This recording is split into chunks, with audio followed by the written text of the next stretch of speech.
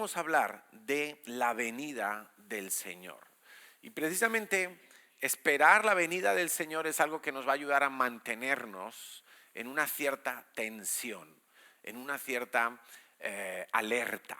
Yo recuerdo haber visto los entrenamientos del equipo de fútbol de mi hijo y una de las cosas que les dicen los entrenadores, por ejemplo, cuando se va a lanzar un córner y les toca defender la portería, y el entrenador les dice: tensión, tensión, activos. Entonces están ahí saltando, esperando que saquen el balón. No, no están ahí como, bueno, a ver. No, están tensionados, están mirando a los atacantes, están mirando cómo se posicionan, están alertas, ¿sí? Y yo creo que para nosotros esperar la venida del Señor es como esperar ese balón que viene del córner, ¿no? A ver quién va a entrar a rematarlo para yo estar defendiendo esa posición. Nos va a ayudar a mantener la tensión. Y por alguna razón, porque yo no iba a predicar de esto, pero por alguna razón Dios puso y empezó a confirmar a lo largo de los días que tenía que hablar de esto, de la venida del Señor. Normalmente hablo de la venida del Señor cuando llegan las fiestas solemnes del otoño, pero el Señor ha querido, y no quiero entrar en el detalle de qué día o en qué momento, sino quiero entrar en un aspecto muy importante que es esperar la venida del Señor. Porque en estos días de la Navidad, como decía, habéis visto que en esta iglesia pues no ponemos arbolito, no ponemos un nacimiento, un Belén, porque bueno, lo del Belén es muy evidente. El Belén, hacer una figurita de Jesús, bebé, pues es idolatría, porque el Señor nos ha mandado que no nos hagamos ninguna imagen y menos aún que las adoremos. Entonces, pues no tiene sentido hacer una figurita de Jesús y por eso. Y el árbol, pues bueno, entendemos que es algo, no quiero entrar mucho en lo de la Navidad, pero es algo que no, que está tomado de costumbres que, por cierto, para todos los que estudian un poco la historia de la Navidad se dan cuenta rápidamente que es un origen muy pagano, muy tratado de incorporar al cristianismo, pero es como si ahora dijéramos, oye, mira, lo voy a exagerar un poco para que se me entienda, es como si ahora dijéramos, oye, hay unos brujos ahí en el barrio que celebran, no sé, el día de Satanás, no sé, el 14 de abril. Espero que nadie haya nacido el 14 de abril aquí. Y entonces nosotros decimos, oye, pues para que los brujos se sientan bien y vengan a la iglesia, pues vamos a decir que el día 14 de abril es el día del Espíritu Santo, por ejemplo. Bueno, y celebramos el 14 de abril como el Día del Espíritu Santo para que los brujos que ya celebraban ese día pues se sientan bien, identifiquen la fecha y etcétera. Bueno, algo parecido, para que tú me entiendas, es lo que ocurrió con todo lo relativo a la Navidad. Y no es que esté mal recordar el nacimiento de Jesús. ¿Cómo va a estar mal eso? No está mal. Todo lo que sea recordar algún aspecto de la vida de Jesús siempre va a ser algo bueno. Pero no se puede convertir para nosotros en un desequilibrio tal que entremos en el mismo desenfreno que realmente vive este mundo en la Navidad. Porque seamos honestos, seamos honestos. Tú vas ahora a la maquinista y entras al centro comercial y hay un ambiente súper bonito, de luces y de todo, pero la gente no está pensando en Jesucristo. La gente está pensando en sus regalos, en lo que va a comer el 24, el 31, a qué discoteca va a ir, a qué botellón va a ir, a qué... ¿Están pensando en eso? ¿Sí o no? Honestamente. Quizá nosotros no estamos pensando en eso. A lo mejor estamos pensando pues en ver a la familia y disfrutar un rato juntos y intercambiarnos algunos regalos. Y está muy bien hacerlo, está muy bien, claro que sí. Pero aprovechar el tiempo, también te digo, aprovechar el tiempo. Y hacerlo sin hacerlo como lo hace el mundo. Que se cogen unas cogorzas como, bueno, como probablemente muchos lo hacíamos antes también cuando vivíamos en ignorancia. Pero ahora ya no vivimos en ignorancia, entonces no tenemos que entrar, perdón, en todo ese tipo de celebraciones. Celebramos de otra manera. Celebramos a Dios, celebramos a Cristo, celebramos su nacimiento, muy bien, pero sobre todo tenemos que celebrar lo que Él hizo hace 2000 años. Y si celebramos lo que Él hizo hace 2000 años, que por cierto, Él mismo nos mandó celebrar su muerte, lo hacemos con la esperanza de su regreso, porque eso es lo que Él prometió. Entonces, ¿está mal celebrar el nacimiento de Jesús? No. ¿Es lo más importante? Tampoco. Lo más importante y lo que Él nos dijo es celebrar su muerte hasta que Él venga. Hasta que Él venga, porque esos son los dos acontecimientos que Él nos mandó recalcar. No su nacimiento, lo podemos recalcar, sí, igual que podríamos hablar de cuando Él fue consagrado, como hoy hemos consagrado a Hannah. Y a veces hemos predicado de ese momento y cómo llevaron los papás a Jesús después de la cuarentena de María y lo consagraron y ahí había profetas y dijeron ya he visto al Mesías, ya me puedo morir tranquilo. Y muy bien, pero lo que mandó el Señor Jesús fue recordad mi muerte, recordad mi muerte. Cada vez que os juntéis, recordad mi muerte hasta que yo vuelva. O sea, esto no es como hacerlo porque sí, no, hasta que yo vuelva. Es con la mira en su regreso. Eso es lo que no se nos puede olvidar, ¿de acuerdo?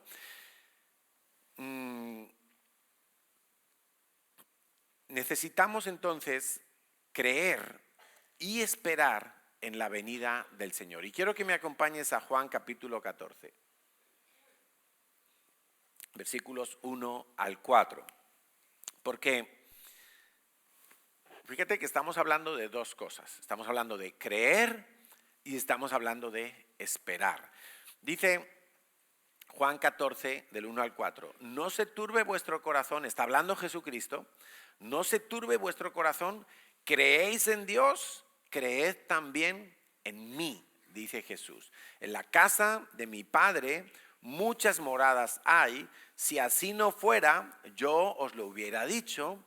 Yo voy pues a preparar lugar para vosotros, y si me fuere y os prepararé lugar, vendré otra vez y os tomaré a mí mismo.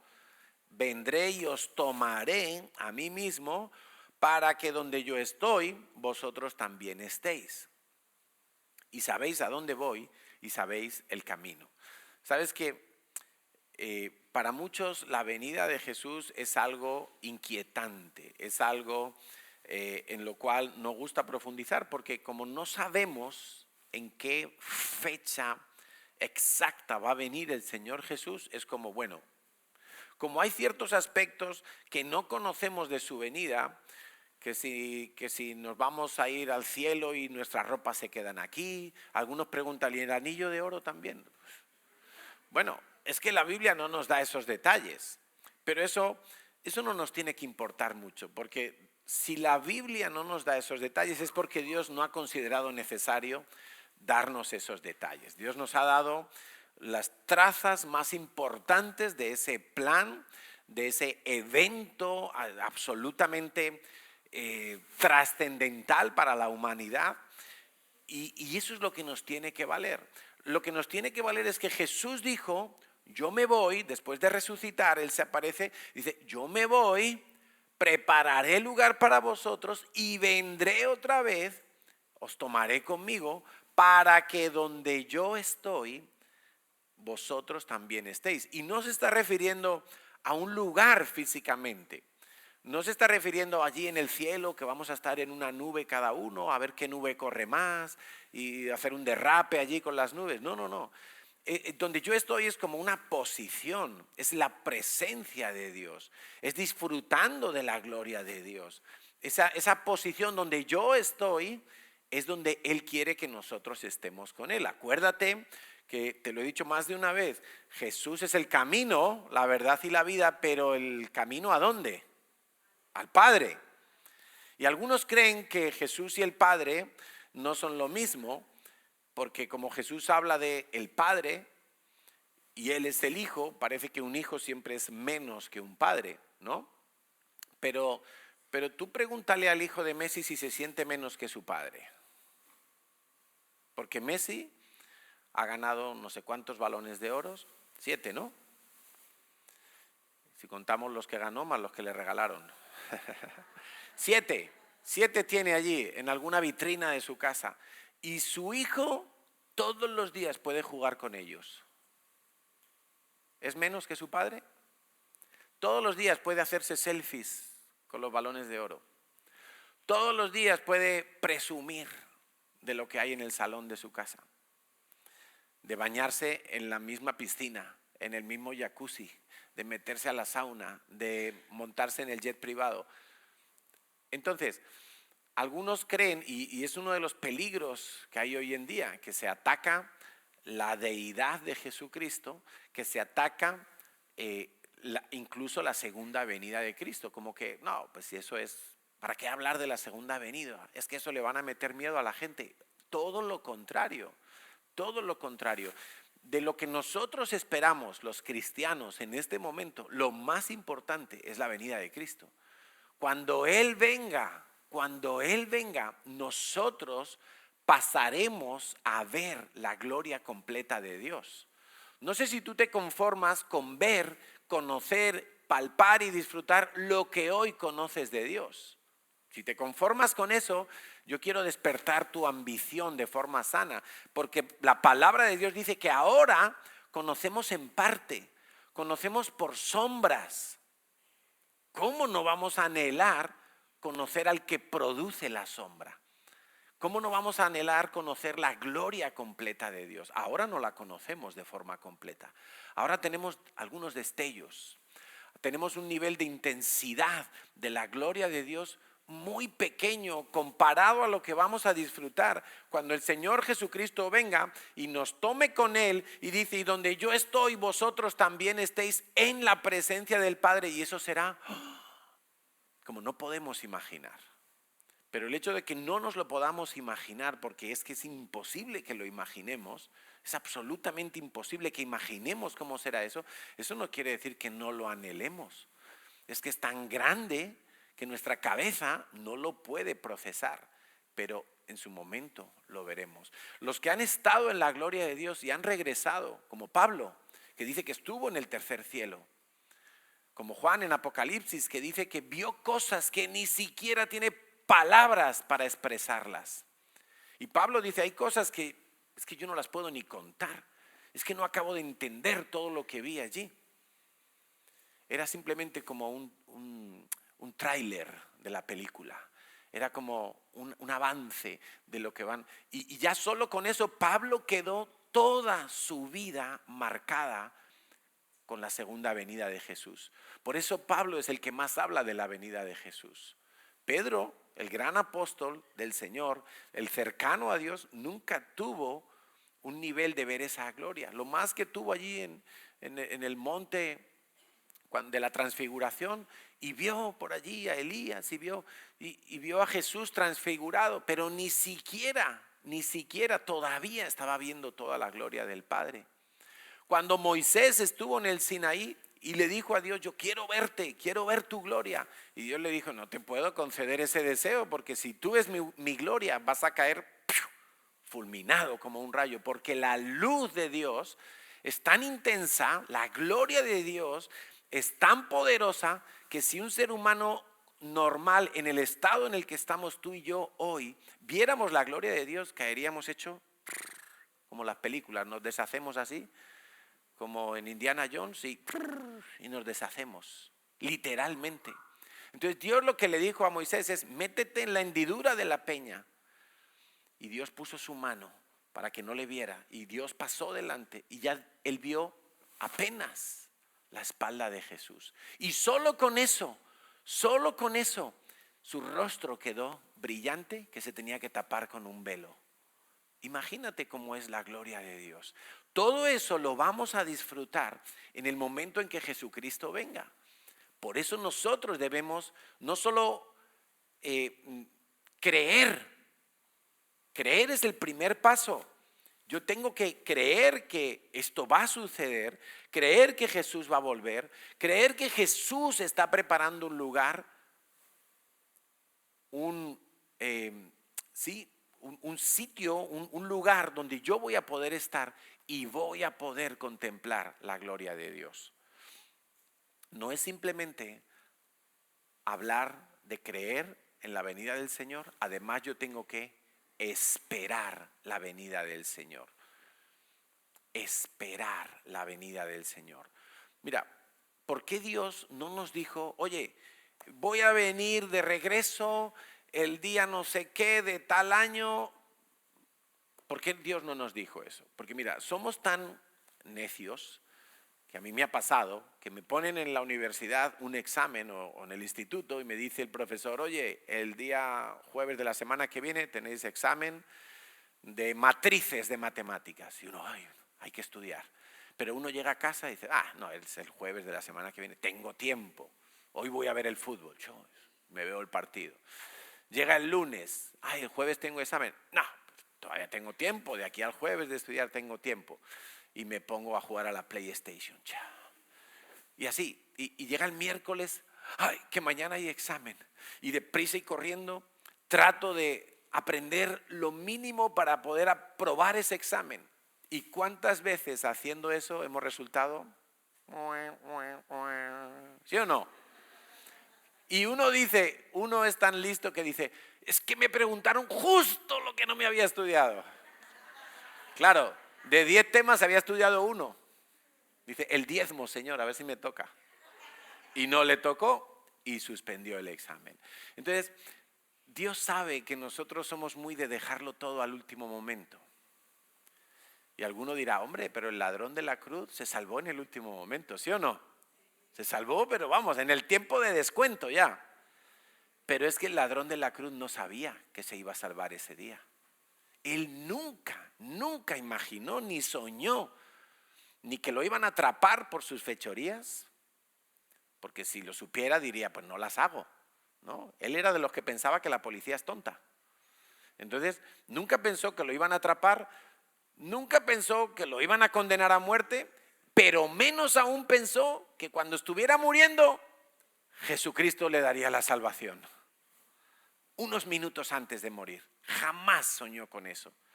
Entonces no nos podemos confiar al último momento. No podemos decir, bueno, todavía tengo tiempo, ya dejaré este pecado, ya buscaré a Dios, ya me pondré a leer la Biblia, ya le compartiré a mis padres, ya le compartiré a mi abuelita. No esperes al último día, porque tú no sabes cuándo va a ser el último día. Por eso el Señor no nos dijo, el día tal, de tal mes, de tal año, yo regreso. Porque seríamos tan bobitos de dejarlo todo tirado para mañana, para mañana, para mañana, para mañana. Y de repente, que viene el Señor. Y ya no me da tiempo ni a ponerme en orden con Dios. Entonces, si nosotros supiéramos cuándo va a llegar el Señor, exactamente, cometeríamos la torpeza de no esperarlo. Pero por eso Dios no nos dijo una fecha concreta. Ahora, sí es verdad, y no es el tema específico de hoy, pero sí es verdad que Dios habló claramente que se tendrían que cumplir una serie de condiciones, de circunstancias, de requisitos con Israel, con la iglesia, y que cuando se cumplieran esas señales es cuando más alerta tendríamos que estar, porque entonces su venida era inminente. Ayer estábamos viendo una película y en la película había un barco ruso y había un barco americano en el mar Báltico, unos destructores militares, ¿no? Estos que llevan misiles nucleares. Y la trama de la película es que los rusos tenían un rebelde en su gobierno y había empezado a hacer una serie de movimientos militares para que los americanos pensaran que les iban a lanzar un misil desde su barco.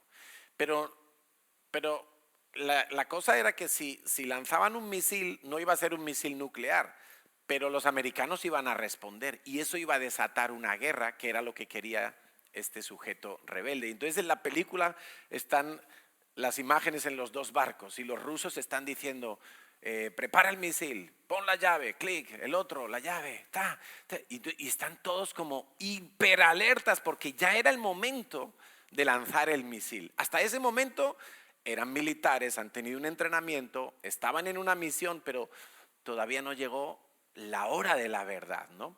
Y bueno, por supuesto la película sale que el héroe consigue abortar todo ese intento de guerra. Y nosotros estamos un poco igual. Nosotros estamos en tensión, sabemos que estamos en una guerra. La Biblia utiliza un lenguaje bélico, frecuentemente nos habla de la armadura, de la espada, de las potestades, de hacer guerra, el Dios de guerra. Y sabemos y batallamos muchas cosas en nuestra vida por medio de la intercesión, por medio del ayuno, por medio de la batalla espiritual. Pero va a llegar un momento donde nuestra tensión espiritual tiene que ser máxima. Y sobre todo cuando veamos que esas señales, que las voy a comentar brevemente al final, vemos que se van cumpliendo. Las que Dios mismo dijo que se tenían que cumplir, vemos que se van cumpliendo. Y entonces ahí es cuando nosotros tenemos que estar como así, mira, así. Dame otro café, dame otro café. Así. Tito 2, 11 al 13. Tito 2, 11 al 13.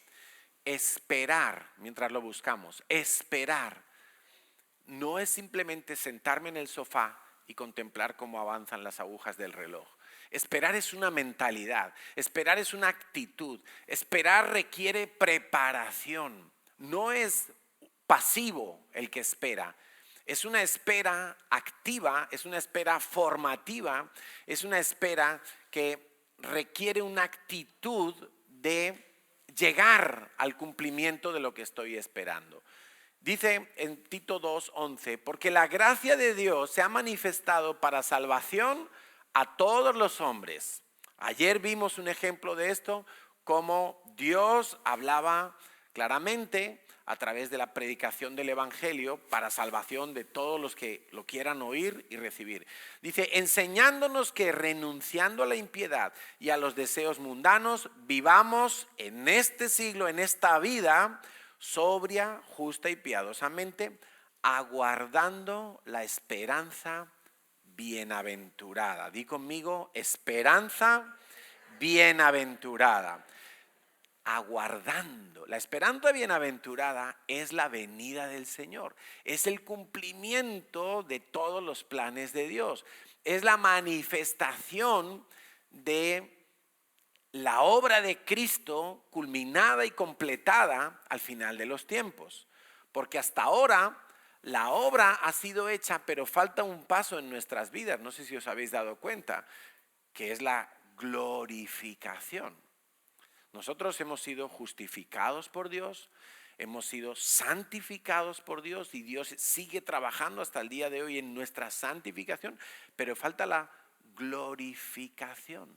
La glorificación es ese paso cuando Jesucristo volverá y dice que nos toma y nos glorificará juntamente con Él y estaremos para siempre en la presencia de Dios. No quiere decir en el cielo.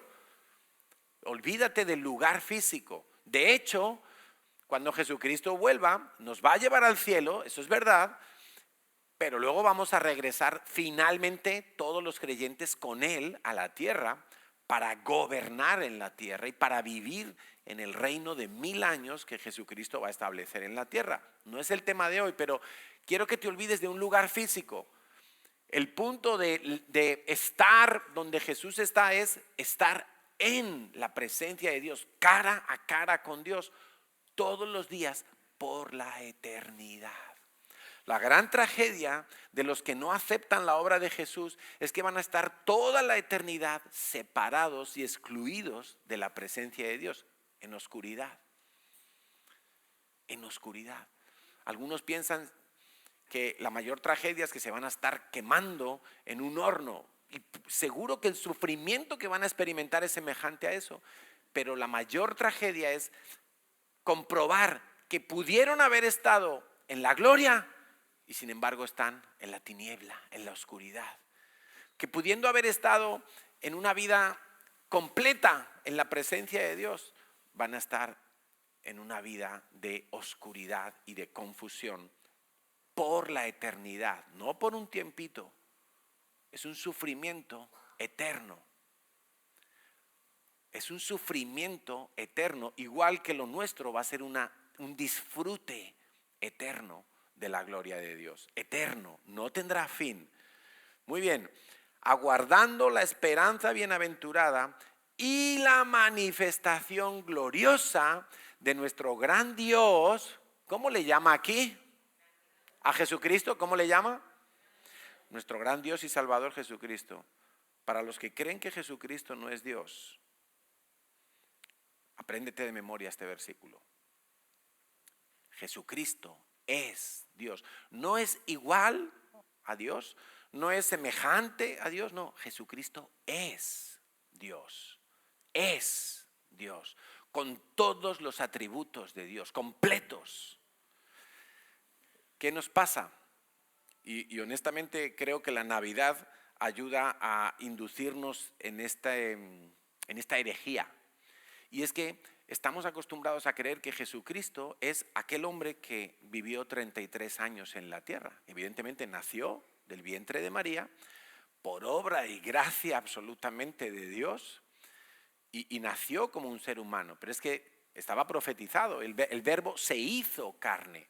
Pero es que Jesucristo existía antes de nacer en Belén hace 2000 años. Jesucristo ya existía. Jesucristo siempre ha existido. Tomó forma de hombre hace 2000 años.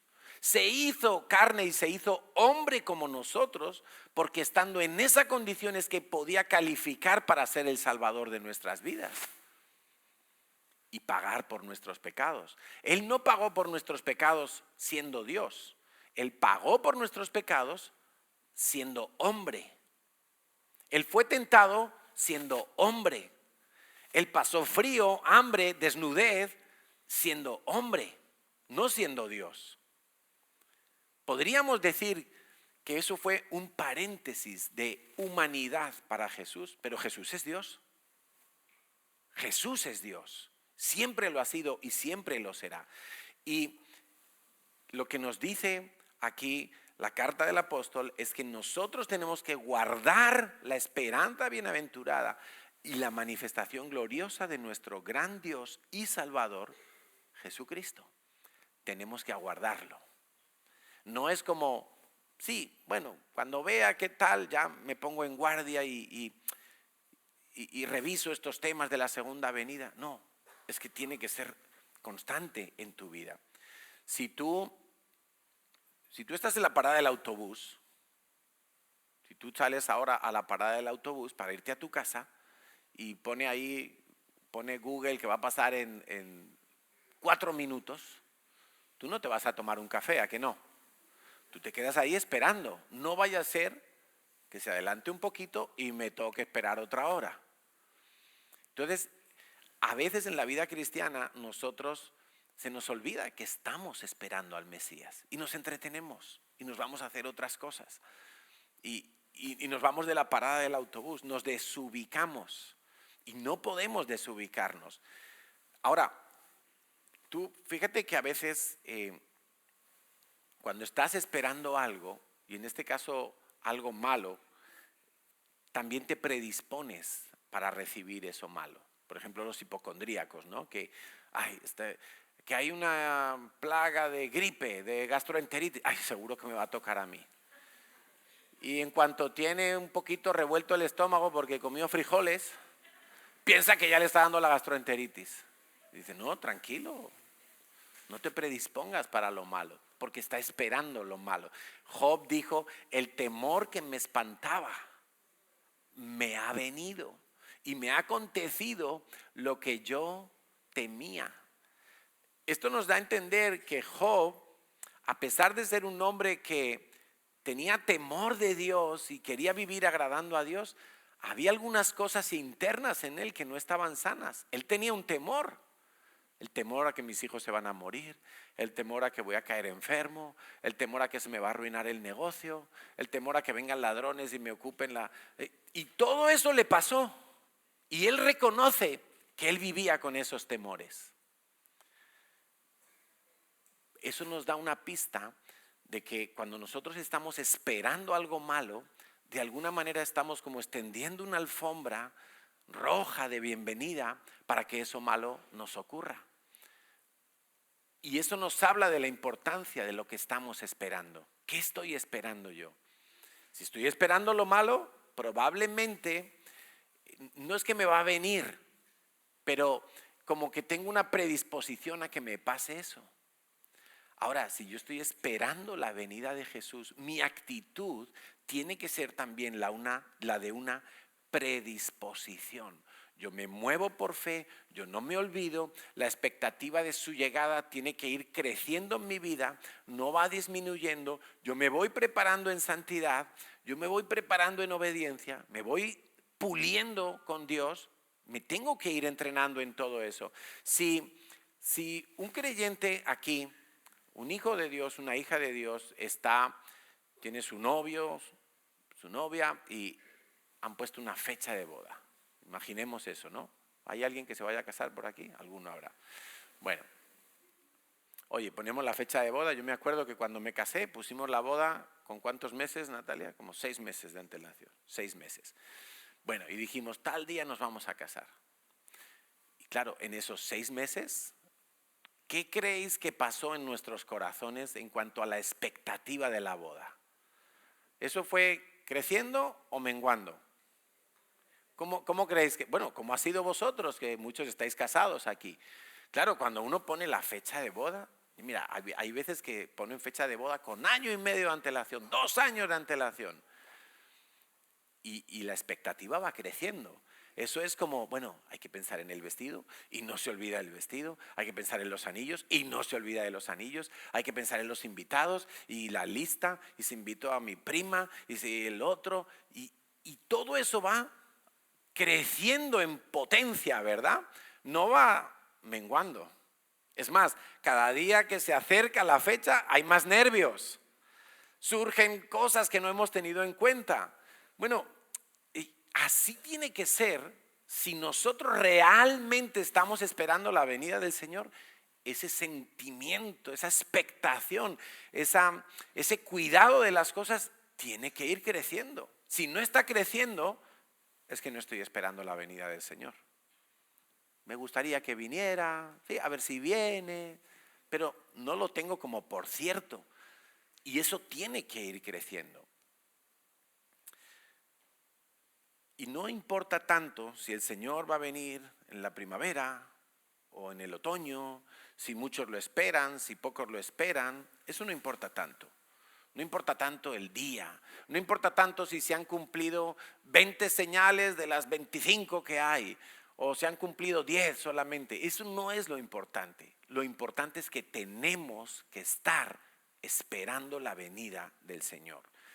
Y claro, cuando vemos el sello que Pablo dejó en las iglesias que él fundó y que él estableció, vemos el sello de la segunda venida, clarísimamente, porque Pablo estaba absolutamente convencido de que él iba a vivir en vivo y en directo la segunda venida de Cristo. Claro, el Señor hacía unos decenas de años que se acababa de ir al cielo,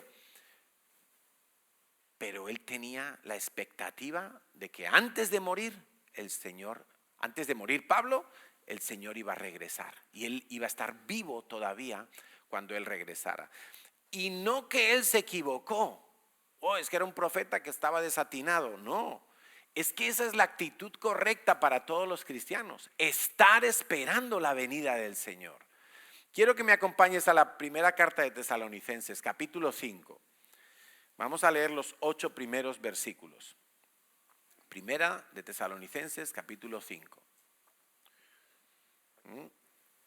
En el capítulo 4, Pablo describe cómo va a ser la venida del Señor, que en un abrir y cerrar de ojos, que se tocará la trompeta. No vamos a entrar hoy en eso, que qué trompeta es, que quién toca la trompeta, que cómo es el abrir y cerrar de ojos. No, esos detalles no son los importantes aquí. Aquí lo importante es si yo estoy esperando, si tú estás esperando la venida del Señor. Dice Pablo, acerca de los tiempos, y de las ocasiones, acerca del cronos y del kairos, palabras griegas. Cronos, de cronómetro, del tiempo.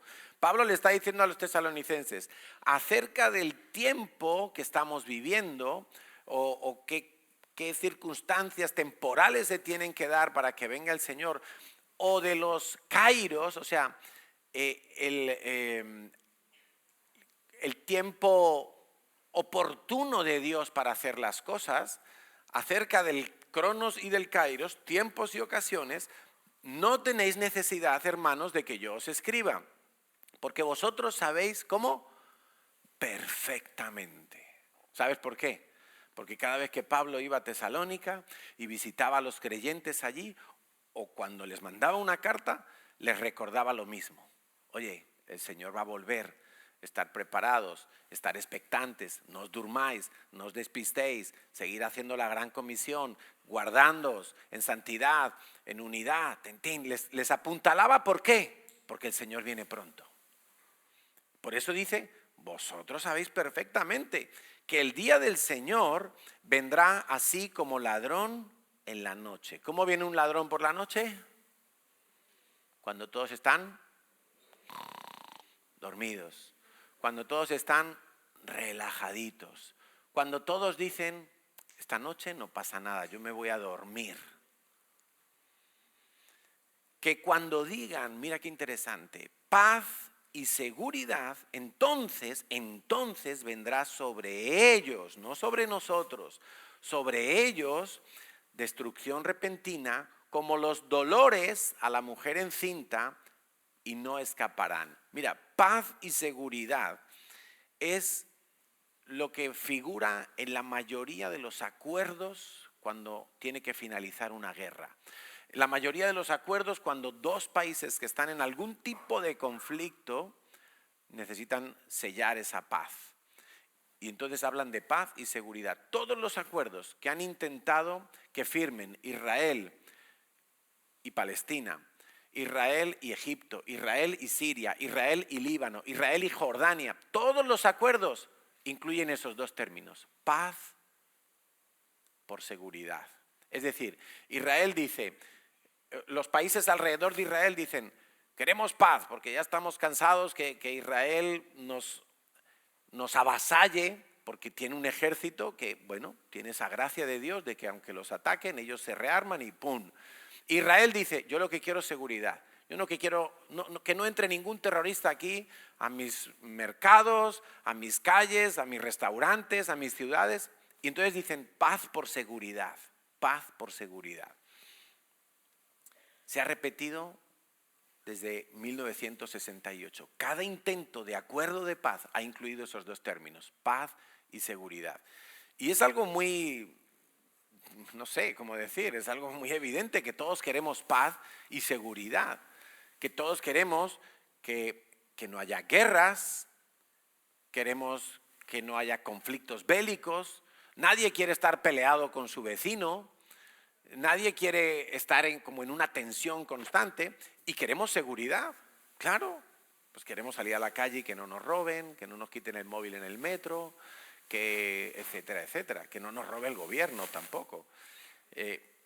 Todos queremos paz y seguridad, pero precisamente esas cosas son las únicas cosas que con toda claridad puede garantizar el Señor Jesucristo, porque el mundo no puede garantizar paz.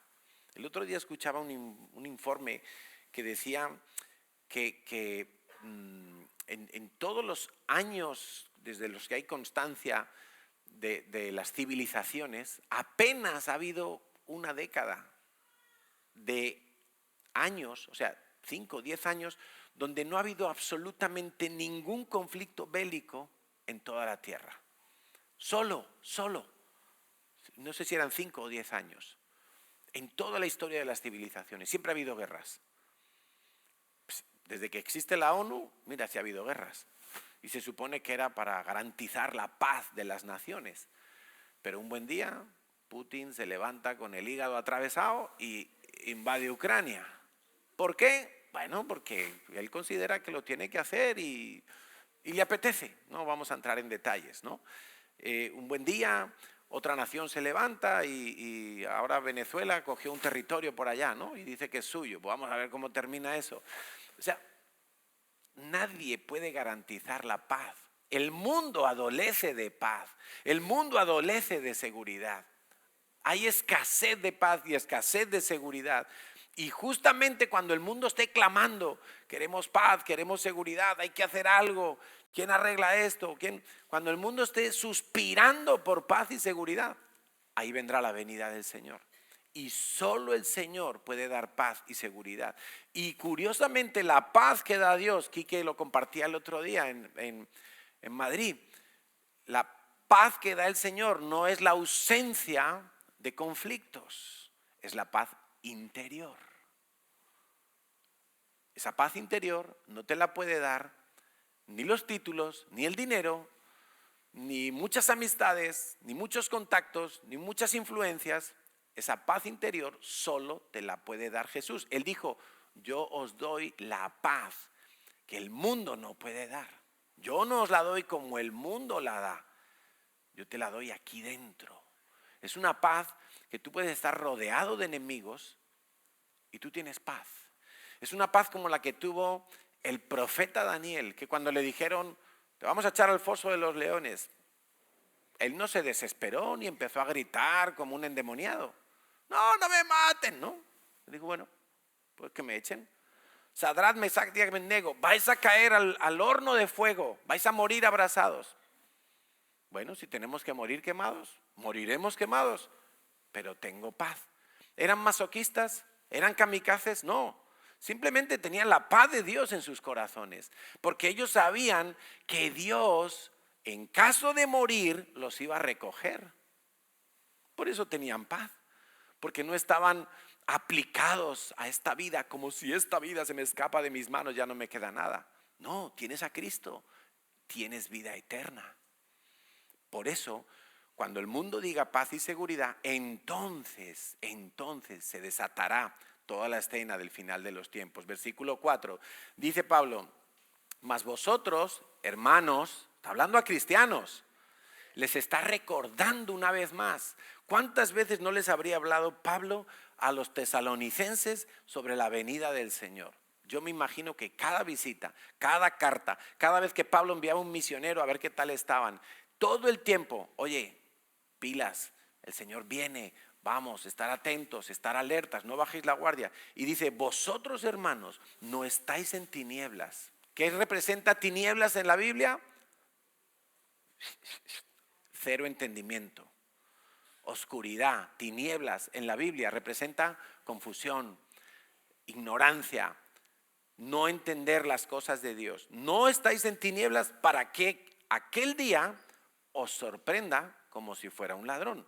Porque todos vosotros sois hijos de la luz. La luz que representa en la Biblia, el conocimiento de Dios.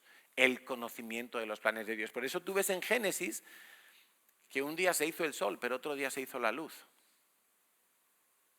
Porque son cosas diferentes. Una cosa es la luz natural y otra cosa es la luz de Dios. El conocimiento, el entendimiento de las cosas espirituales. Dice, no somos de la noche ni de las tinieblas. Por tanto, no durmamos como los demás, sino velemos y seamos sobrios. Evidentemente no está hablando de sobriedad de alcohol, que también está hablando de entender las cosas con sobriedad, de no dejarnos infundir otro tipo de ideas, otro tipo de filosofías. Versículo 7, pues los que duermen, de noche duermen, y los que se embriagan, de noche se embriagan. Vuelvo a repetir, no te vayas a la discoteca ahora pensando que esto es la discoteca, no. Está hablando de cosas en tu vida que hacen que tú vivas de noche, que tú vivas en oscuridad, sin entender las cosas de Dios. 8, pero nosotros que somos del día, seamos sobrios, habiéndonos vestido, mira, con la coraza de fe y de amor y con la esperanza de salvación como yelmo. Bueno, qué interesante, ¿verdad? Porque Pablo dice en 1 Corintios 13 que ahora permanecen la fe, la esperanza y el amor. Lo mismo que le decía a los tesalonicenses, se lo dice a los corintios. Aunque sí que nos dice que el más grande, el mayor de todos, el que cubre a todos, es el amor. Entonces, no basta solo con creer, tengo que esperar la venida del Señor. Creer y esperar son necesarios. El que cree tiene la certeza de que va a ocurrir. El que espera está viviendo de acuerdo a lo que va a llegar, ¿sí? Nuestro pastor Enrique, que nos ha imprimido ciertamente este amor por la segunda venida del Señor, y no es un amor idílico, no es un amor teórico, ay, la venida del Señor, que venga el Señor. Es un amor o es un interés genuino en la venida del Señor. ¿Sabes que en el Redil, en nuestra finca de campamentos allí en Extremadura, hay varias toneladas de alimento guardado? ¿Por qué? Pues porque cuando venga el Señor, una de las cosas que va a ocurrir es que se va a producir el arrebatamiento de la iglesia. La venida del Señor, cuando hablamos de la venida del Señor, estamos hablando de un periodo que lo expliqué la última vez, ¿verdad? Que tiene varias etapas. Una de ellas es el arrebatamiento. El arrebatamiento es cuando los cristianos, los que han nacido de nuevo, los que tienen a Jesús en su corazón, los que están esperando la venida del Señor, son arrebatados al cielo en un abrir y cerrar de ojos. Eso es algo sobrenatural. Pero el resto de la población se queda aquí en la tierra. Es más, puede que algunos que están sentados en las iglesias también se queden. Porque no depende de estar sentado en una iglesia, depende de tener a Cristo viviendo en ti. Y estar sentado en una iglesia no es garantía de que Cristo está viviendo en ti. ¿En eso estamos de acuerdo todos o no? No es garantía. Yo he ido al Camp Nou a ver algún partido y no soy del Barça. Estaba allí sentado, pero yo no soy del Barça. Yo aplaudí al Valencia aquel día. De la misma manera, estar sentado en una iglesia, venir a una iglesia, no es garantía de que tú eres cristiano. Tú necesitas estar claro en esto y tener a Cristo viviendo en ti. Tú tienes que estar en Cristo y Cristo tiene que estar en ti. Y esa es la garantía. Y eso Dios lo sabe. Seguramente tú también. Y deberías hacer algo al respecto si no estás en Cristo. Pero en definitiva va a ocurrir que gente que está cerca de las iglesias no se va a ir en el arrebatamiento. Y por eso Enrique, nuestro pastor, ha preparado allí un lugar para que sirva como una especie de aliviadero, de oasis para los que se van a quedar y van a tener que empezar a vivir los años de lo que la Biblia llama la tribulación y la gran tribulación, periodos donde va a haber mucha persecución, muchas dificultades y donde ni siquiera vas a poder comprar o vender si no te has puesto la marca de la bestia y todas esas cosas de las que no quiero hablar hoy, pero va a ser un periodo muy complicado, como nunca antes lo ha habido en la historia. Y para los que se queden, que sepáis, finca El Redil, Peraleda de San Román, provincia de Cáceres, Extremadura, España, allí hay provisiones, hay pozos de agua, hay placas solares, hay medios para sobrevivir de manera autónoma durante un tiempo, porque tampoco se puede garantizar todo. Pero fíjate si nuestro pastor tiene las cosas claras en cuanto a que estas cosas van a ocurrir y van a llegar y las tenemos que esperar, que él ha pensado incluso en los que se van a quedar, porque ¿para qué pensar en los que se van a ir si ya el Señor se va a encargar de todo? Ya el Señor nos va a tener no vamos a necesitar absolutamente nada, no nos va a faltar nada, pero los que se queden, sí. Ahora, si alguien dice que está esperando la venida del Señor y no piensa en esas cosas, entonces a lo mejor es que cree en la venida del Señor, pero no la está esperando. Y hoy te estoy hablando de esperar. De hecho, el título de la predicación debería de ser esperar la venida del Señor, no solo la venida del Señor. Esperar la venida del Señor para que los de producción hagan sus arreglos allí. Entonces, ¿qué síntomas, brevemente vamos a describir, qué síntomas tiene un creyente que no está esperando la venida del Señor? Lo primero es que está pensando mucho en sus planes, más que en los planes de Dios. Sabes que la primera iglesia se saludaba con la palabra Maranatá, el Señor vuelve. Por eso ellos no tuvieron problema en vender sus propiedades, como nos cuenta el libro de los Hechos de los Apóstoles. La primera iglesia, la iglesia de Jerusalén, vendían sus propiedades sin ningún problema y las ponían, el dinero lo traían a los pies de los apóstoles. ¿Por qué hacían eso? Porque ellos decían, si el Señor vuelve, ¿para qué quiero yo aquí una finca y un chalet en la playa? Lo vendo y vamos a meterle para enviar misioneros a cuantos más sitios y cuanto más urgentemente mejor, porque el Señor vuelve pronto. Ahora, el que no está esperando al Señor está muy metido en sus planes. Y no digo que, por favor, que nadie me malinterprete, no digo que esté mal comprarse una casa o hacer una inversión o etcétera, etcétera.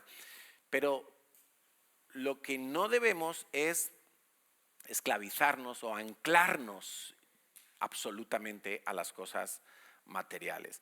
Otro síntoma es que su manera de presentar el evangelio a otros, su evangelismo, por decirlo así, es intermitente y está un poco desenfocado. Porque honestamente algunos pueden llegar a pensar que nuestro interés es llenar la iglesia de gente o es tener varias reuniones un domingo o es, qué sé yo, ser la iglesia más grande de la ciudad. No, absolutamente no.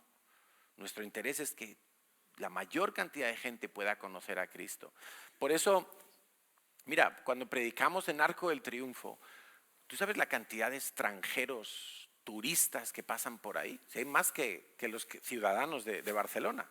Hay más extranjeros que están visitando la Sagrada Familia y el Camp Nou y las Ramblas. Hay más extranjeros de turismo que los que viven en la ciudad. Pero no nos importa, porque nosotros no predicamos allí para llenar esta iglesia. Si quisiéramos eso, pues predicaríamos aquí en la puerta del metro. Oye, a ver, los que viven por aquí cerca, pues mira qué fácil les va a quedar venir. Una vez que conozcan a Cristo, que vengan a esta iglesia. No, si nuestra idea es proclamar el evangelio. Y si pasa por ahí un franchute y se lleva el evangelio a París, pues gloria a Dios, que se lo lleve a París. Y ya que Dios lo use por allá. Y si pasa un holandés, y si pasa un alemán, y si pasa un americano, que vayan encendidos a sus tierras. No es para llenar esta iglesia, aunque Dios es el que añade cada día, evidentemente. Entonces, nuestra manera y nuestra forma y nuestra intención de evangelizar no es pensando solo en nosotros. Dice Primera de Tesalonicenses, capítulo 1, Primera de Tesalonicenses 1, del 8 al 10. Porque partiendo de vosotros ha sido divulgada la palabra del Señor no solo en Macedonia y Acaya, sino que también en todo lugar vuestra fe en Dios se ha extendido. De modo que nosotros no tenemos necesidad de hablar nada, porque ellos mismos cuentan de nosotros la manera en que nos recibisteis y cómo os convertisteis de los ídolos a Dios. Mira qué cosa tan hermosa pasó en esta ciudad.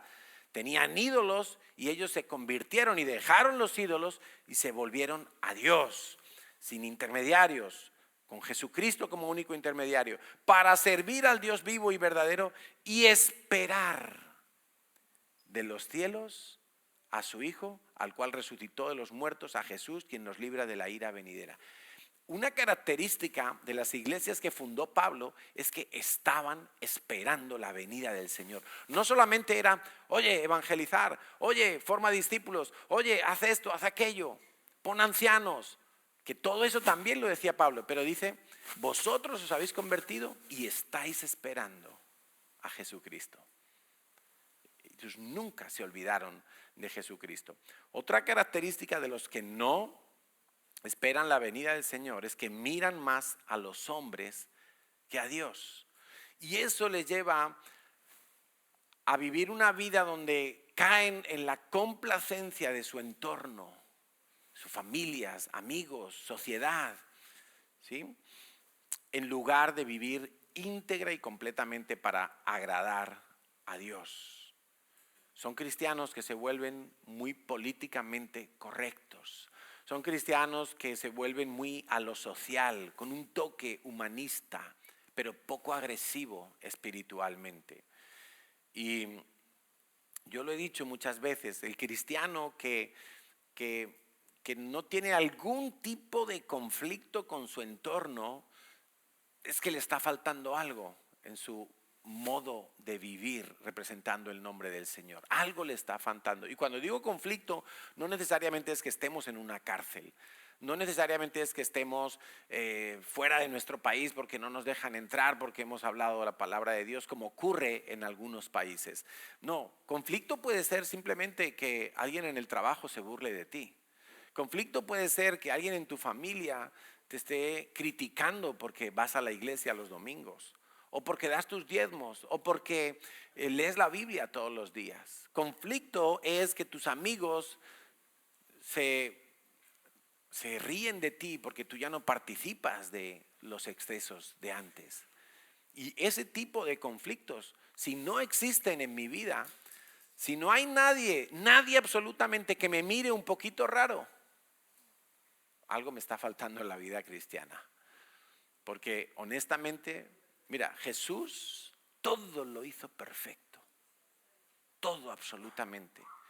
Todo lo que dijo, todo lo que no dijo, todo lo que hizo, todo lo que no hizo, todo lo que enseñó, absolutamente todo lo hizo perfecto. Y tuvo muchos conflictos.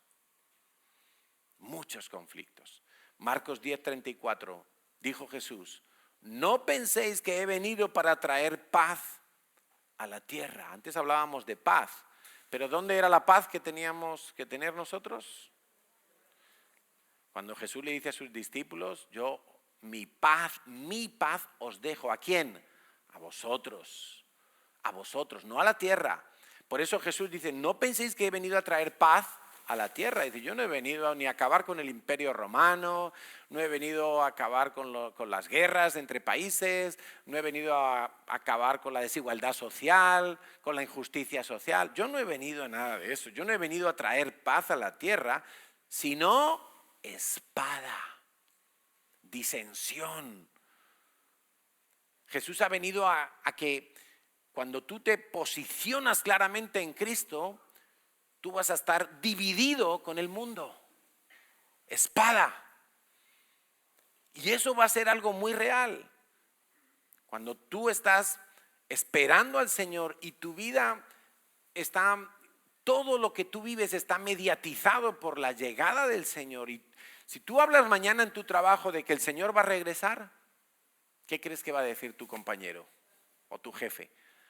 Porque mira, si tú les hablas del sacrificio de Jesucristo, a lo mejor te dicen: no, yo es que no soy creyente, yo no soy practicante. Bueno, y pues, yo respeto, vale, hasta ahí vale. Pero si tú les hablas de que el Señor va a regresar, te dicen: tú estás chalao, te faltan 4 tornillos, no 1.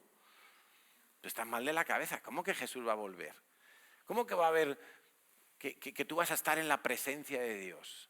Te van a decir que te ha fumado. ¿Sí o no? Honestamente, es que es así. El Señor Jesús no vino a traer paz a la tierra. Él vino a traer espada. Y ahí habla, ahí los siguientes versículos habla que incluso con la propia familia uno a veces tiene que, bueno, esto es lo que yo creo. Y si tú no lo crees, pues muy bien. Pero aquí estoy yo.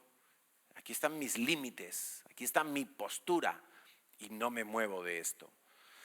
Entonces, este tipo de cristianos que no esperan la venida del Señor, que quizá creen en la venida del Señor, pero no viven esperando la venida del Señor, les suele importar demasiado lo que la gente dice.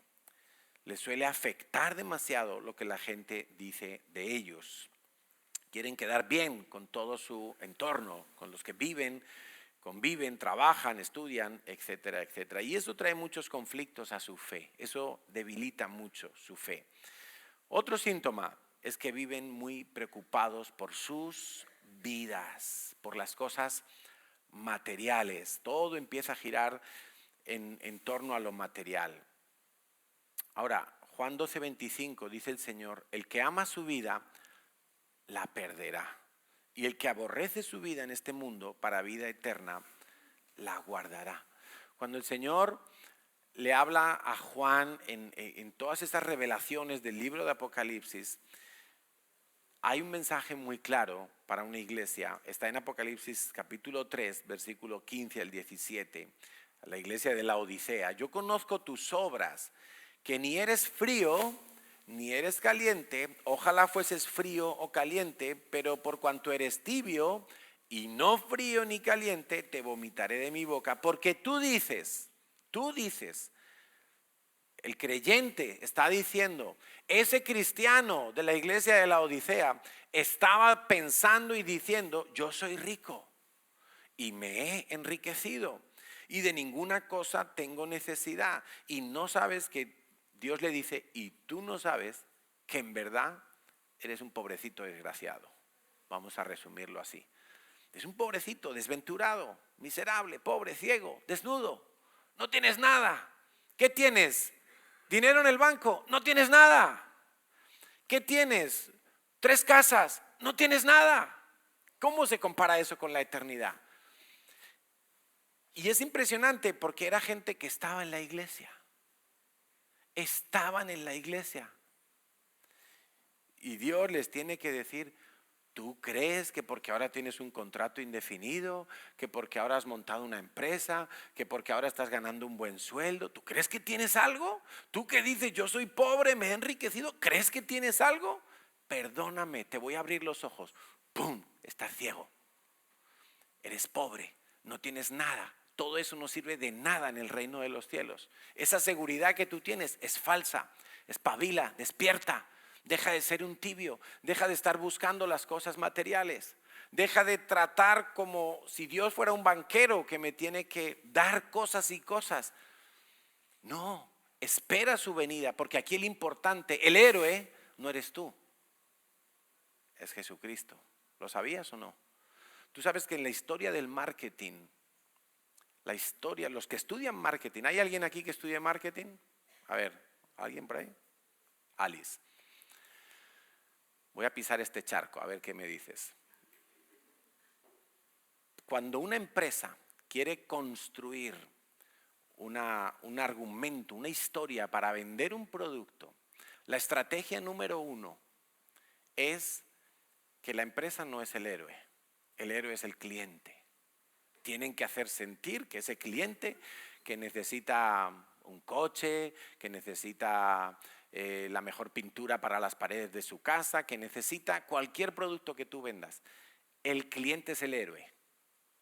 Y entonces muchas empresas cometen el error de ponerse ellos como el héroe. Yo tengo una empresa, tenemos tantos años de trayectoria, tenemos tantos clientes, hacemos el mejor producto, todo es la empresa, ¿sí? Facturamos no sé cuánto, pero los exitosos en el marketing cambian la estrategia totalmente y le dicen al cliente, tú eres el héroe de esta historia. Y cuando tú compres mi producto, tu vida va a ser mejor. El otro día leíamos el anuncio del Fairy, ¿no? Lo escuchábamos en la tele y decía, compra Fairy porque vas a tener más tiempo para tu familia. Imagínate. Cuando Steve Jobs anunció su primer ordenador, cuando él fundó Apple, sacó su primer ordenador y su estrategia de marketing fue comprar 9 páginas en el New York Times y poner allí todas las virtudes de su nuevo diseño. Un ordenador revolucionario que no tenía nada que ver con Intel ni con Microsoft. Y entonces 9 páginas de periódico, un anuncio. ¿Quién era el héroe de ese anuncio? Apple, la marca, el superordenador que lo cambiaba todo. Después de un proceso que vivió Steve Jobs, donde pasó por Pixar, que es una empresa que cuenta historias, hace películas, entonces él cambió su estrategia de marketing. Y la estrategia, creo que sigue hasta el día de hoy. ¿Cuál es el lema de Apple? ¿Alguien lo sabe? A ver, los de la secta aquí de Apple. ¿Cuál es el lema de Apple? Think different. Piensa diferente. Ya no está hablando de su ordenador, de su marca, de su software, de su hardware, no. Ahora le dice al cliente le dice, tú, piensa diferente, tú eres el héroe. Y vivimos en un mundo donde todo es que nosotros tenemos que ser el centro de atención. El hombre es el centro. Yo tengo que ser el protagonista, yo tengo que ser el héroe. Pero Jesús nos dice que es todo lo contrario. El que ama su vida la perderá. El que aborrece su vida en este mundo para vida eterna la guardará. No esperar la venida del Señor nos va a producir tibieza, nos va a producir desagrado. Otra característica, no están dispuestos a sufrir, y ya solo nos quedan 4, o sea que los músicos que vayan pasando. No vamos a hacer como en la obra, ¿eh? Vaya fama que me han creado. No están dispuestos a sufrir porque la vida tiene que ser fácil para ellos. Y a veces se nos ha predicado ese evangelio, donde todos nuestros problemas se van a acabar en el momento en que recibimos a Jesucristo. Yo hablaba ayer con algunas personas nuevas que llegaron a la conferencia y con uno de ellos hablaba así, ¿no? Le decía, mira, yo tengo los mismos problemas que tú puedes tener. La semana pasada me pusieron una multa en el coche. Yo tengo que pagar impuestos. Si sube el gas, a mí también me sube. Claro. Si el gobierno quiere subir los impuestos, a mí también me los van a subir. Si sube el IPC, nos va a afectar a todos, al creyente, al ateo, a todos nos va a afectar por igual. No se acaban los problemas. Tenemos un enfoque diferente en la vida para enfrentar los problemas. Probablemente vamos a cometer menos errores y vamos a tomar menos decisiones malas, lo cual nos va a evitar también problemas. Pero problemas va a haber. Ahora, hay muchos cristianos que no quieren sufrir. Yo tampoco quiero, ¿vale? No es que yo sea, que vengan a mí los 7 males, no. Yo no quiero sufrir, pero si llega el sufrimiento por causa del evangelio, Pablo dice, sumo gozo cuando os halléis en diversas pruebas. Sumo gozo, nada de quejas, nada de por qué a mí, nada de que he hecho mal. No, si es que a lo mejor no has hecho nada mal, a lo mejor lo estás haciendo todo tal cual Dios te ha pedido que lo hagas y aún así viene persecución o viene sufrimiento o viene pérdida. Pablo le decía a la iglesia de los tesalonicenses, qué curioso que a la iglesia de los tesalonicenses, que es donde más referencias encontramos a la segunda venida de Cristo, y Pablo habla de todo esto. Segunda de Tesalonicenses 1, del 3 al 4, debemos dar gracias a Dios por vosotros, siempre, hermanos, como es digno, por cuanto vuestra fe va creciendo y el amor de todos y cada uno de vosotros abunda para con los demás, tanto que nosotros mismos nos gloriamos de vosotros, de los buenos discípulos que sois en las iglesias de Dios, por vuestra paciencia y fe en todas vuestras persecuciones y tribulaciones que soportáis. O sea, en una iglesia que tiene fe, que tiene amor, que está esperando la venida del Señor, ¿qué más le podemos pedir a una iglesia? Una iglesia que evangelizaba, una iglesia que la fe que ellos tenían era notoria en todo el territorio. ¿Qué más podemos pedir a una iglesia? Y Pablo les dice,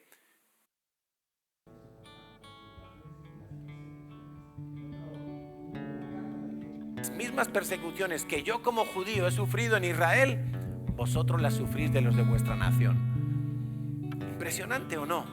Una iglesia que lo hacía bien, una iglesia que estaba en lo correcto, una iglesia que predicaba sana doctrina, una iglesia que oraba, una iglesia que esperaba, y aún así, con paciencia y fe soportáis las tribulaciones.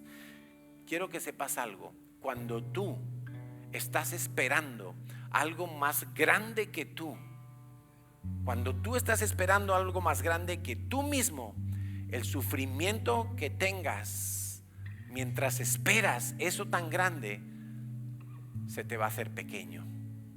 El sufrimiento no va a ser tan relevante en tu vida. Cuando una madre está a punto de dar a luz y está sufriendo los dolores de parto y las contracciones, empieza a pensar, en el bebé que va a tener en brazos en unos minutos, quizá en unas horas, y está pensando en eso y está pensando en eso. Eso mismo le pasó a Jesús en la cruz, porque Él soportó tanto dolor en la tortura que vivió hasta morir, porque Él tenía los ojos puestos en algo tan grande, en el nacimiento de la iglesia. Él tenía puestos los ojos en las almas que se iban a salvar. Por eso el que está esperando la venida del Señor recibe golpes y casi que ni le afectan, porque sus ojos están puestos en ese futuro.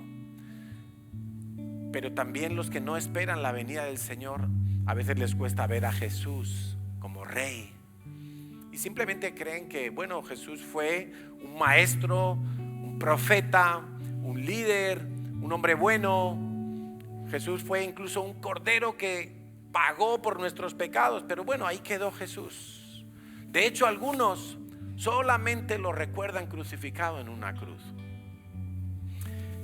Pero yo quiero que, igual que hicimos en el Congreso y estábamos viendo en Apocalipsis esa imagen de toda la gente alabando a Dios en el cielo, quiero que leas conmigo Apocalipsis 19, 11 hasta el 16. Entonces vi el cielo abierto y he aquí un caballo blanco. Quiero que vayas haciendo esta figura en tu imaginación. Vi el cielo abierto y he aquí un caballo blanco, y el que lo montaba se llamaba Fiel y Verdadero, con mayúscula. No es un adjetivo, es un nombre. Fiel. Es como Paco, José, Jesús. Fiel y verdadero, y con justicia juzga y pelea. Sus ojos eran como llama de fuego. No era Iron Man, es Jesús, llama de fuego. ¿Cómo llama de fuego? Claro, aquí el profeta, el apóstol Juan, está describiendo como puede, con su lenguaje terrenal, cosas celestiales. Por eso dice, sus ojos eran como llama de fuego. No que fueran fuego que sale de sus ojos, pero lo más parecido que él podía encontrar para describir esa imagen, que la vio en visión, era como llama de fuego sus ojos. En su cabeza había muchas diademas y tenía un nombre escrito que ninguno conocía sino él mismo. Un nombre reservado. 13. Estaba vestido de una ropa teñida en sangre, y su nombre es el Verbo de Dios. Primero nos dice que estaba sobre un caballo blanco, y aquí nos dice que sus ropas están teñidas de sangre. Contraste, ¿no? Dice, y los ejércitos celestiales, vestidos de lino finísimo, blanco y limpio, le seguían en caballos blancos. De su boca sale una espada aguda para herir con ella a las naciones. Con esa misma espada Jesús matará al inicuo, dice en Tesalonicenses. Y él a las naciones las regirá con vara de hierro, y él pisa el lagar del vino del furor y de la ira del Dios Todopoderoso. El lagar es donde se pisan las uvas para que salga el vino. Dice el 16, y en su vestidura y en su muslo tiene escrito este nombre: Rey de Reyes y Señor de Señores. Ese es Jesucristo. Jesucristo no podemos quedarnos con la imagen de un bebé como lo representan en estos días, en un establo con animales. Por cierto que eso es algo culturalmente un judío, es imposible que haga eso, pero no importa. No podemos quedarnos con esa imagen de un bebé indefenso con pañales. No podemos quedarnos tampoco con la imagen de Jesucristo muerto en la cruz, ni siquiera con la de una tumba vacía. Esta es la imagen que tiene que reinar en nuestros corazones por encima de todo. Él es Rey de Reyes y Señor de Señores. Sabes, cuando tú ves la expresión Rey de Reyes, la utilizaban, por ejemplo, aún en la Biblia aparece que Nabucodonosor era Rey de Reyes, pero pone Rey en minúscula y Reyes en minúscula. Rey de Reyes, ¿por qué? Porque Nabucodonosor conquistó muchas naciones y se hizo rey de muchos reyes. Pero es que aquí, una vez más, no es un adjetivo, es un nombre propio. Cuando tú y yo estemos en la presencia de Jesús, le podremos llamar Rey, Rey de Reyes. Vengo aquí a darte mi alabanza. Rey de Reyes, Señor de señores. No es simplemente un título, es un nombre, es un atributo de Él, de sí mismo. Igual que cuando decimos Dios es todopoderoso, Jesús es Rey de Reyes. Así lo tenemos que ver, como poderoso, como imponente, con autoridad. Amén. Quiero terminar con dos cosas. Hay una corona preparada en el cielo para los que aman la venida del Señor. Para los que quieren tomar nota, en 2 de Timoteo 4, versículos 7 y 8. Pablo dice: he peleado la buena batalla, he acabado la carrera, he guardado la fe, por lo demás me está guardada la corona de justicia.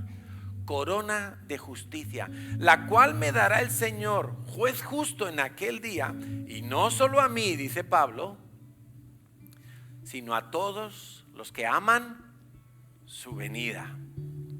Yo me imagino que todos los discípulos de Pablo y todos los que amamos vamos a decirlo así, la teología de Pablo, tenemos que amar la venida del Señor y tendremos una corona de justicia, un distintivo. Y quiero recordarte que no todos los cristianos, cuando estemos en la presencia de Dios, vamos a estar como en el mismo rango, en el mismo estatus. Sí, estaremos en la gloria de Dios, claro que sí. Estaremos, pero mira, igual que si hoy te regalan una entrada para la inauguración de las próximas Olimpiadas, que no sé ni dónde van a ser. Y claro, algunos estarán en el palco, con una visión panorámica de todo el estadio, a la altura adecuada, ¿sí? Sin nadie que... Otros estarán allá arriba donde cuelgan la bandera, allá donde casi no se ve ni la cara de los deportistas. Estarán y serán unos privilegiados todos los que estén en esa inauguración, pero algunos más que otros, ¿no? Así va a ser en el cielo también. Hay recompensas, hay coronas, para unos, para otros no. Para los que aman la venida del Señor, hay corona de justicia. Hay un distintivo especial, una condecoración. Qué bueno, Dios es un Dios de recompensas. No quitemos nunca de nuestro horizonte la venida del Señor, porque eso hace también que muchos se confundan y que muchos no entiendan los tiempos de Dios. Solamente quiero leer este pasaje de Mateo 24, porque el Señor Jesús dijo en Mateo 24, 37, como en los días de Noé. Grábate esa expresión, como en los días de Noé. Así será la venida del Hijo del Hombre. Porque como en los días antes del diluvio estaban comiendo y bebiendo, casándose y dando en casamiento. ¿Son cosas malas? No dice que estaban fornicando, no dice que estaban... No. Estaban viviendo, contentos. No estaban haciendo cosas malas, pero estaban distraídos de lo que se les venía encima, que era el diluvio. Como en los días antes del diluvio estaban comiendo y bebiendo, casándose y dando en casamiento, hasta el día en que Noé entró en el arca. Y no entendieron lo que se les venía encima. No lo entendieron. Por eso a veces cuando hablamos de la segunda venida en la iglesia, hay gente que dice: ay, no, otra vez la segunda venida. Si yo lo que quiero es llegar a fin de mes, si yo lo que quiero es pasármelo bien estas vacaciones, si yo lo que quiero es casarme, Señor, dame un novio, una esposa. Y está bien, Pero si no esperas la venida del Señor, es muy fácil que tú no sepas el tiempo que estamos viviendo. Y mira, los días de Noé, si tú vas a Génesis y lees cómo era la vida en los días de Noé, dice que la tierra estaba llena de violencia. La tierra estaba llena de violencia. Te lo digo como una de esas señales que se tienen que cumplir en los últimos tiempos, porque Jesús dijo que una de las señales es que la venida del Hijo del Hombre será como en los días de Noé. O sea, y hoy que tenemos la mayor tecnología, los mayores avances científicos, de medicinas, de cirugías, tenemos como más educación a nuestro alcance, y sin embargo el mundo está peor que nunca. Peor que nunca. Que no se nos olvide que el Señor viene. Oramos.